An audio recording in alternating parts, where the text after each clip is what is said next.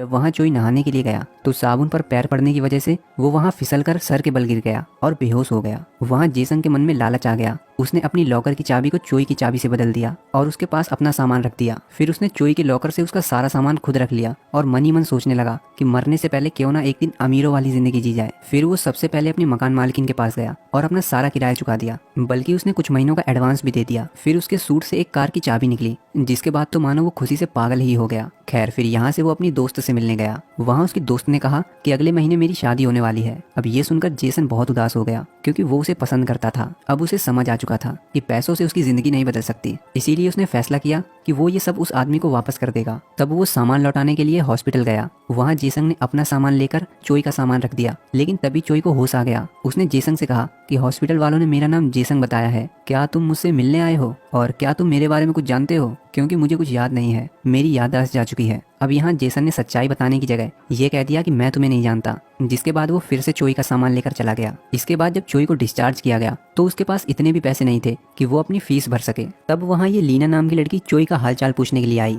उसने चोई को बताया कि मैं ही तुम्हें हॉस्पिटल लेकर आई थी। अब ये सुनने के बाद चोई ने भीख मांगना शुरू कर दिया। उसने कहा कि तुम मुझे कुछ पैसे उधार दे दो, मैं अपने घर से पैसे लाकर तुम्हें दे दूंगा। तब लीना ने उसकी पेमेंट कर दी, लेकिन वो भी चोई के साथ उसके घर जाने लगी ताकि चोई उसके पैसे लेकर भाग ना जाए। वहाँ लीना ने चोई की उम्र पूछी। चोई को तो अपनी उम्र भी नहीं पता। उसने अपने डॉक्यूमेंट्स में देखकर बताया कि मैं 32 साल का हूँ, जिस पर लीना कहने लगी फिर तो हम एक ही उम्र के हैं। लेकिन चोई को अपनी शक्ल देखकर नहीं लगता था कि वो इतनी कम उम्र का है। इधर जेसन सोच रहा था कि जब किस्मत ही उसे ये सब देना चाहती है तो उसे ले लेना चाहिए, इसमें उसकी कोई गलती नहीं है। जिसके बाद वो चोई के घर चला गया। वो अपार्टमेंट जेसन की सोच से भी बड़ा था। उसने अपनी पूरी जिंदगी में इतनी आलीशान चीजें नहीं देखी थी। खैर, इधर चोई जब अपने घर पहुंचा, जो कि असल में जेसन का घर है, वहाँ की कबाड़ खाने जैसी हालत देखकर लीना समझ गई अब उसके पैसे तो मिलने से रहे। चोई भी अपने घर की ऐसी हालत देखकर हैरान था। वहाँ जब उसने टूटी हुई रस्सी देखी तो वो सोचने लगा कि शायद मैं खुद को फांसी लगाने की कोशिश कर रहा था, लेकिन मैं ऐसा क्यों करूंगा। वहाँ चोई बहुत ही कंफ्यूज था। इधर जेसन जब टीवी चलाता है तो उसमें सीसीटीवी चलने लगा, जिसमें ये यून नाम की लड़की योगा कर रही थी। उसने चैनल बदलने की कोशिश की, लेकिन सब में यही आ रहा था। तब जेसन इसी प्रोग्राम को देखने लगा। इधर चोई अपने बारे में जानने के लिए अपने पड़ोसियों से मिलने गया कि शायद वो कुछ उसे बता दें, लेकिन सभी ने उसे सेल्समैन समझकर भगा दिया। तब वहीं से गुजर रहे एक आदमी से चोई पूछने लगा कि क्या तुम मुझे जानते हो, लेकिन वो आदमी बिना बात के अकड़ने लगा। तब चोई ने 1 मिनट में उसकी सारी अकड़ निकाल दी। अब चोई सोचने लगा कि मैं इतना अच्छा फाइटर हूँ, मुझे तो पता ही नहीं था। इधर जेसन ने सीसीटीवी में देखा कि यून अपने आप को मारने की कोशिश कर रही है। तब वो बहुत डर गया और पुलिस को फोन करने लगा, लेकिन कुछ देर बाद उसने देखा कि यून फिर से जिंदा हो गई और फिर अपने आप को मारने लगी। अब ये सब हो क्या रहा है, ना तो जेसन को समझ आ रहा है और ना ही हमें। इधर लीना जब चोई से मिलने आई तो उसने देखा कि चोई ने सारा घर साफ कर दिया है। चोई ने उसे बताया कि अपने बारे में मुझे जो कुछ भी पता चला है वो मैं इस डायरी में लिख रहा हूँ, और अभी मुझे ये पता चला है कि मैं चाकू बहुत अच्छी चलाता हूँ। अब ये सुनते ही लीना उसे अपने घर ले गई, जहाँ उसकी मॉम घर में ही एक रेस्टोरेंट चलाती थी। उसने अपनी मॉम से कहा कि ये खाना बहुत अच्छा बनाता है, हम इसे काम पर रख लेते हैं। लीना ने ऐसा इसलिए किया ताकि उसके पैसे वसूल हो जाएं। इधर जेसन ने जब घर में छानबीन की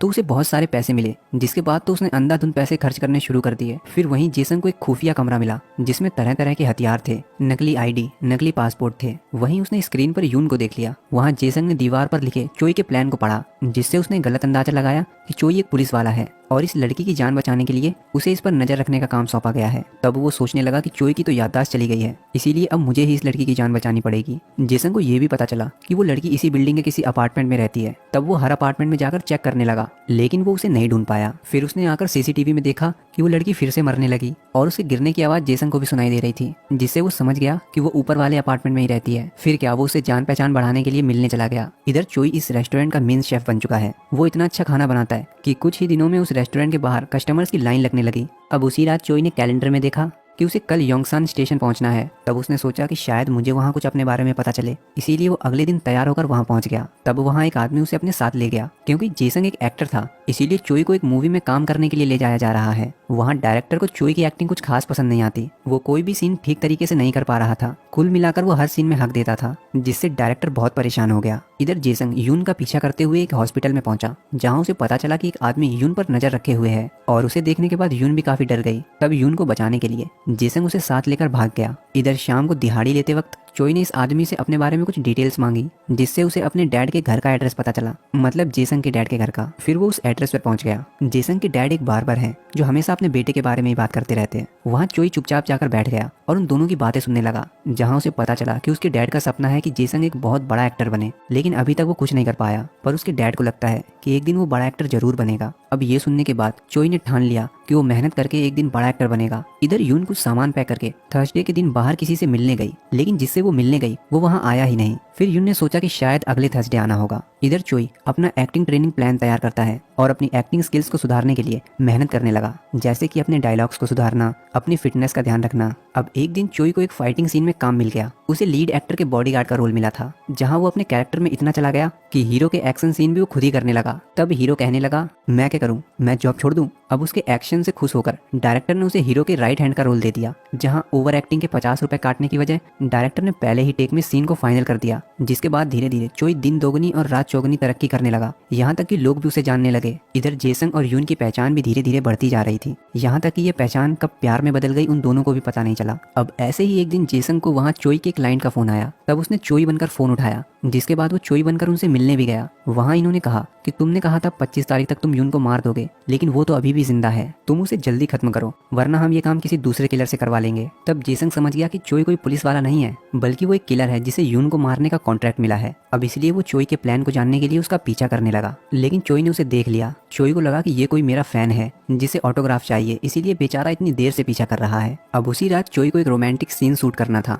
वो एक्शन तो अच्छा करता था, लेकिन रोमांस उसकी बस की बात नहीं थी, इसीलिए उस सीन को कल के लिए पोस्टपोन कर दिया गया। जिसके बाद वो लीना से मदद मांगने के लिए गया। चोई कहने लगा कि अगर मैं एक बार प्रैक्टिस कर लूंगा तो कल सीन में अच्छे से कर पाऊंगा। तब लीना ने उसे अच्छे से प्रैक्टिस करवाई, जिसके बाद तो उसने इतनी अच्छी एक्टिंग की कि डायरेक्टर कट बोलना ही भूल गया। इधर यून एक बार फिर किसी के आने का इंतजार कर रही थी। तभी वहाँ जेसंग आ गया और उसे कहने लगा कि तुम जिसका इंतजार कर रही हो वो अब कभी नहीं आएगा, बल्कि तुम उसे देखते ही भाग जाना। असल में वो चोई के बारे में बता रहा है। यहाँ उसने यून से झूठ भी बोला कि मैं एक पुलिस वाला हूँ और मैं तुम्हारी सुरक्षा करूंगा मरते दम तक। इधर इन लोगों को जब पता चला कि यून अभी भी जिंदा है, बल्कि अब तो उसका एक बॉयफ्रेंड भी है, तब इनके बॉस ने कहा कि तुम्हारे पास एक आखिरी मौका है, किसी दूसरे किलर को हायर करो और यून को जल्द से जल्द खत्म करवाओ, साथ में उसके बॉयफ्रेंड को भी। फिर ये सब बैठकर सोचने लगे कि इस बार ये काम किस किलर को दिया जाए। तब इन्होंने एक किलर को मैसेज कर दिया, इसलिए कि जो पहले आएगा ये काम उसी से करवा लेंगे। लेकिन चोई ने इतना बड़ा नेटवर्क फैला रखा था कि ये सारे मैसेज उसी के फोन पे गए। इधर चोई आज लीना की फैमिली के साथ पिकनिक पर गया है। वो सभी यहाँ बहुत इंजॉय करते हैं। चोई के लिए तो ये बहुत ही अच्छा दिन था। अब वहाँ से लौटते वक्त बारिश होने लगी और रेडियो में वही गाना बज रहा था जो चोई अक्सर सुनता था। जिसके बाद चोई को सब याद आ गया और वो तुरंत अपने घर गया। वहाँ उसने फोन पर यून को मारने के नए कॉन्ट्रैक्ट देखे, तो उसने तुरंत सीसीटीवी में देखा और उसे पता चला कि यून और जेसंग दोनों साथ में कहीं बाहर जा रहे हैं। तब उनका पीछा करते हुए चोई वहाँ पहुँच गया। चोई को देखकर जेसंग बहुत डर गया और वो यून से वहाँ से भागने के लिए कहने लगा, लेकिन यून चोई को देखकर बिल्कुल भी नहीं घबराई, बल्कि वो तो ऐसे बात कर रही थी जैसे कि वो चोई को बहुत अच्छे से जानती है। वहाँ चोई ने यून को बताया कि उन लोगों ने तुम्हारे साथ साथ अब जेसंग को मारने का भी कॉन्ट्रैक्ट दिया है, इसीलिए तुम्हें इस देश को छोड़कर जाना पड़ेगा। वहाँ जेसंग को कुछ समझ नहीं आ रहा था। तब चोई ने उसे सब बताया। असल में चोई है तो एक किलर, लेकिन सिर्फ नाम का, क्योंकि उसे जिस किसी को भी मारने का कॉन्ट्रैक्ट मिलता था वो उसी के पास जाकर उससे नया कॉन्ट्रैक्ट करता था। वो लोगों से कहता था कि कुछ लोग तुम्हें मारना चाहते हैं, अगर तुम जिंदा रहना चाहते हो तो मैं जैसा बताऊं वैसा ही करो। फिर चोई उसकी फेक डेथ प्लान करता था ताकि कॉन्ट्रैक्ट देने वाले को लगे कि वो इंसान सच में मर गया है। बाद में कॉन्ट्रैक्ट के पैसे वो दोनों आपस में बांट लेते हैं। यून के साथ भी कुछ ऐसा ही है, इसीलिए चोई ने उसे बचाने के लिए अपनी निगरानी में रखा था, जहाँ यून अपनी मौत को असली दिखाने के लिए रोज प्रैक्टिस करती थी। लेकिन चोई की याददाश्त जाने की वजह से पूरा प्लान खराब हो गया और इसीलिए यून को देश छोड़ना पड़ेगा। यून जेसन को भी अपने साथ चलने के लिए कहती है, क्योंकि अब उसकी जान भी खतरे में है। तब जेसन कहने लगा कि मैं तो वैसे भी मरने वाला था, मेरे आगे पीछे रोने वाला कोई नहीं है, तुम मेरी चिंता मत करो। तब चोई ने उससे कहा, ऐसा नहीं है, मैं तुम्हारे डैड से मिला था, वो तुम्हें एक बड़ा एक्टर बनते हुए देखना चाहते हैं, इसीलिए तुम्हें जिंदा रहना होगा। अब इसके बाद चोई इन दोनों को बचाने के लिए प्लान बनाता है। चोई इन लोगों को फोन करके कहता है कि कल तुम्हारा काम हो जाएगा। फिर वो यून और जेसन को समझाता है कि हमें अपनी जिंदगी बचाने के लिए कल बहुत अच्छी एक्टिंग करनी पड़ेगी, क्योंकि अगर ऐसा नहीं हुआ तो वो लोग किसी दूसरे किलर को हायर करेंगे। फिर इसके बाद चोई घर जाकर लीना से कहता है कि मैं अब एक्टिंग नहीं करूंगा, क्योंकि मुझे सब याद आ गया है, इसीलिए मैं यहाँ से हमेशा के लिए जा रहा हूँ और जो तुम मेरे बारे में सोचती हो वो सब गलत है। अब अचानक ये सुनने के बाद लीना रोने लगी, क्योंकि वो चोई को पसंद करने लगी थी, जिसके बाद वो नाराज होकर वहाँ से चली गई। तभी लीना ने देखा कि चोई एक कार से कहीं जा रहा है। वो सोचने लगी कि चोई अभी तक इतना गरीब था और अचानक से उसके पास इतनी महंगी कार आ गई। लीना को कुछ गड़बड़ लगी, इसीलिए वो चोई का पीछा करने लगी। इधर ये लोग इंतजार कर रहे थे कि कब उन्हें यून की मौत का तमाशा देखने को मिलेगा। तभी वहाँ जेसन यून को लेकर आया। उसने सबके सामने यून को चाकू मार दिया। यून भी मरने की अच्छी एक्टिंग कर रही थी। तभी वहाँ चोई भी आ गया और जेसन को पीटने की एक्टिंग करने लगा। अब ये लोग ये सोच रहे थे यून के साथ साथ ये किलर्स भी आपस में लड़कर मर जाएं। इन दोनों की एक्टिंग चल ही रही थी कि तभी वहाँ लीना पहुंच गई। लीना की वजह से चोई का अच्छा खासा प्लान खराब होने वाला था। वो लीना को साइड में ले जाकर उसे इशारों में समझाने की कोशिश करने लगा और उसे वहां से जाने के लिए कहने लगा, लेकिन लीना कुछ समझने को तैयार ही नहीं थी। तब चोई जेसन को इशारे में कहने लगा कि खड़े खड़े मुंह क्या देख रहा है मेरा, तू ही मुझे चाकू मार देना आकर। फिर जेसन के चाकू मारते ही चोई ने यून की तरफ इशारा किया, जिसके बाद यून ने एक बड़ा कंटेनर उन पर गिरा दिया। वो कंटेनर नीचे से खुला हुआ था। अब ये देखने के बाद ये लोग बड़े खुश हुए। जब ये आदमी चेक करने के लिए गया तो उसे यून की डेड बॉडी दिखी और वो जैसे ही कंटेनर के पास गया तो जेसन ने नकली खून बहाना शुरू कर दिया, जिससे उस आदमी को पूरा यकीन हो गया। अब इनका बॉस ज्यादा खुश इसलिए था कि यून के साथ साथ वो दोनों किलर भी मारे गए। फिर इनके यहाँ से जाते ही ये लोग उस कंटेनर से बाहर आ गए। वहाँ चोई ने लीना को सब बताया, खासकर ये कि उसका नाम जेसन नहीं चोई है और वो 32 साल का नहीं 45 साल का है। ये सुनकर तो लीना के होश उड़ गए, क्योंकि चोई लीना के अंकल की उम्र का है। तभी लीना को याद आया कि आज चोई की मूवी के आखिरी सीन का शूट है, इसीलिए वो तुरंत चोई को सेट पर लेकर गई, जहाँ चोई स्क्रिप्ट को छोड़कर अपने दिल की बात बोलने लगा, वो भी लीना को देखकर। और तब लीना भी मान गई। फिर चोई लीना की फैमिली के साथ ही रहने लगा और चोई ने अपना पुराना काम छोड़कर एक्टिंग को ही अपना पेशा